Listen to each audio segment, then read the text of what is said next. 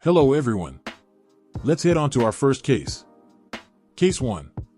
Am I the bad person for refusing to attend my cousin's wedding because she picked an obscene dress for my wife? With update.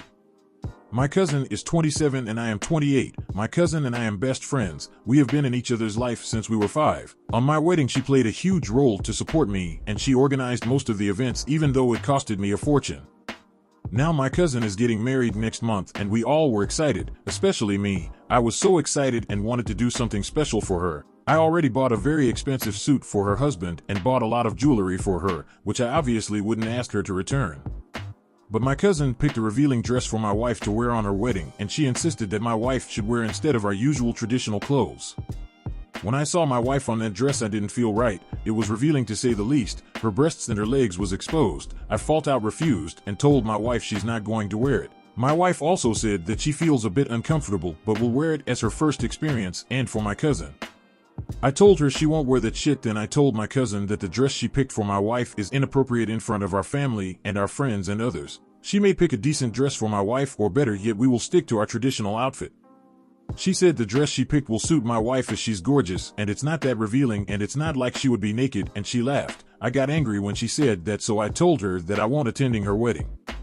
Now she and our family members are telling me that I am taking it too far. I should attend the wedding and help her like I have been helping her my whole life. Update. I posted 2 days TLDR. My cousin is getting married next month. She bought a ridiculous dress for my wife. When my wife tried it I told her she's not going to wear that thing in front of family and friends and other important guests. When I talked to my cousin she retaliated and said it suits her and better than our traditional clothes. I told her that we will not attend her wedding. So yesterday my wife came to me and told me that I should talk to my cousin and find a middle ground because it's not worth breaking my relation with my cousin over a dress and I shouldn't be absent on her important day. I told my wife that the dress she picked for her is obscene and it's not something you should wear in front of so many people. It's like she's trying to humiliate her. She insisted I should talk to my cousin. So I decided to go to my cousin and told her that I want to attend her wedding, but the dress she picked for my wife is revealing and we are uncomfortable. Either she should pick a better dress for her or we will wear what we want, and if she refuses we won't attend. My cousin said it's not that revealing and it suits my wife and her friends will also wear something similar and she wants my wife by her side.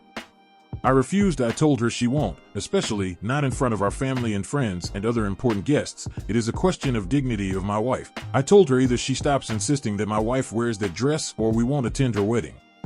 My cousin finally agreed and said we can wear whatever we want and forget this incident ever happened. I also agreed and told my wife and we decided to wear our traditional clothes, but I feel uncomfortable. Maybe I am just being paranoid, but I feel like she'll do something to stir up some trouble. I don't know if I really should attend her wedding. What do you guys think? Lay down your ruling in the comments section and let's move on to our next story. Case 2. Am I the bad person for ignoring my wife for throwing away my late wife videotapes? I am writing this because I don't know what to do. I have a daughter with my late wife and her name is Eleanor. Her birthday is coming up in 2 weeks and she's turning 18. Background: me and my late wife, Chloe, has been dating since college. We got older and ended up getting married, and after our wedding, she shared news to me that she was pregnant and I was excited that we were expecting our first child. Since it was our first child, we bought a video camera and made little tapes and snippets of her whole pregnancy. Wholesome things such as us just joking around or having lunch or talking to our unborn child through the camera. We made a promise to only show Eleanor the tapes until her 18th birthday. Fast forward 2 years after her birth, Chloe passed away due to a drunk driver crashing into her car as she was coming home from her mother's house. I was devastated of her passing and went into a deep depression and having to raise our 2-year-old daughter by myself. My friends tried to get me to go out again and start back dating, but every time I did I felt like I was betraying her. Years later, when Eleanor was 13, I met Wendy. We met at a gathering for my sister's birthday and we instantly hit it off. She didn't mind that I had a daughter because she had 2 kids herself and just went through a divorce. 2 years after we got married, now back to the present. Eleanor's 18th birthday is coming up and I kept all the tapes for me to show her. Mind you, her mother died when she was just 2, so Eleanor doesn't remember her touch or her voice. I was excited to show her the tapes, and a week ago I was talking to Wendy about it and I noticed her expression going from happy to looking a bit uncomfortable. Wendy would always get uncomfortable when I talk about my late wife. I don't say things like, why can't you be like Chloe, or Chloe was only supposed to be my first love, but I talk about her in a way to give my daughter a mental picture of how her mother was like. Wendy has always talked to me about Chloe and how it made her sad that she can never be like her. Chloe was a model, then started working on her fashion career, and don't get me wrong, she was a really beautiful woman, while Wendy had 2 kids in college and not in the best shape due to her words. I love both women how they are, and I've never had a preference, but I feel like Wendy is gaining some jealousy towards Chloe. I told Wendy that I love her just the way she was, and she broke down crying. The next day after that incident, she came up to me and apologized for the way she acted last night. I told her it was okay, and it's good that she felt comfortable to share her feelings, and I gave her a tight hug and a kiss on her forehead. She asked to see where the tapes were at, and I showed her the box of videotapes of my late wife in my closet. Things were going fine until yesterday morning. I was looking for the tapes because I wanted to put them in a prettier box for my daughter, and when I went to go find them, the box wasn't in my closet. I looked everywhere to the point I walked downstairs to see my wife laying on the couch watching TV. I asked her about the box, and she told me she threw it away with a neutral expression. My heart dropped, and I asked her what did she mean, and she told me that I talk about her too much and that I need to move on with my life, so she threw them away as a head start. I was fuming with anger because not only she threw away what I had left of her, she threw away my daughter. Big surprise. We quickly got into an argument, and she noticed how angry I was, so she started apologizing. It got to the point I started crying and locked myself in our bedroom. It's the morning, and I'm writing this in my office, going through my computer finding old files or any type of video of my late wife to give it to my daughter, because sometimes my daughter still cries that she never got to meet her mother, and I really thought it would bring her closer to her. I've been ignoring my wife for the past day, and she's been texting me nonstop about how sorry she is, but I really just can't look at her right now.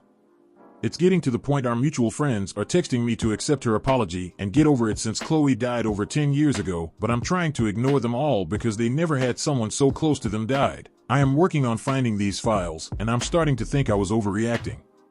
I don't know what to do, and I really need help. What do you guys think of this one? Let us know in the comments section, and let's move on to our next story. Case 3. Am I the bad person for refusing to cook in our kitchen because my wife decorated it?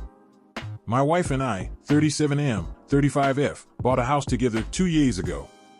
She had a laundry list of things she absolutely had to have, but I only cared about one thing. I wanted a good kitchen with plenty of room to work. I've been cooking my whole life, and I cook all the meals. We found a beautiful house that we both love, and everything was fine. She added her flair to most of the rooms. I let her choose the paint and furniture and wall art. We both paid our share on everything, and the house is gorgeous. I love it. She has great taste. However, a few months ago she started talking about wanting to do the kitchen. I was open to it. It was now the only room in the house that hadn't gotten personalized, and it made it stick out. The problem was that she wanted to put random knickknacks all over the place. Every day she was coming from the store with some new item. Baskets with fake fruit. Big ceramic pots for flour, we don't bake. Book-sized wooden blocks with sweet sayings on them. A wine rack and espresso machine, we don't drink either. Vinaigrette decanters with glittery liquid in it. Decorative plates that sit on the cabinet shelves in front of the real dishes. It all came to a head when I found that she had put the toaster oven in the under cabinet and moved my big OL chopping block to above the fridge so she can put a full serving tray with 4 cups, saucers, and a kettle set up in the middle of the counter, like we're hosting afternoon tea. We never do that. I told her I was not on board. The kitchen is the perfect size to get cooking done. I use the toaster oven 3 times a day, and my butcher's block lives in that spot. It lives there because I use it all the time.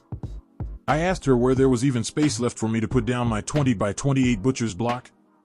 She started showing what could be moved over to accommodate the block, and I said that I wasn't moving stuff around every single time I want to cut a melon.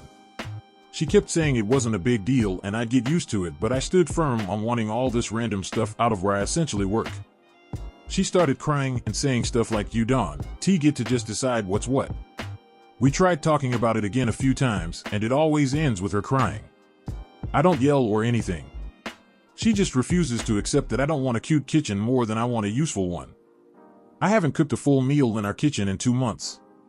I make a few days' worth at a time of rice or potatoes and a tray full of proteins. Bags of salad. Frozen soup. I pack it up in the fridge to eat as needed. She's invited to eat any of it, but she doesn't like leftovers. She recently realizes she's gaining weight, wasting tons of time in drive-thru lines, and paying lots of money for food she doesn't even enjoy. Last night, we tried once again to talk about the kitchen, and it ended with me saying if it's so important then just let me have the kitchen how it needs to be to cook right. She started crying again and accused me of blackmailing her health to win an argument.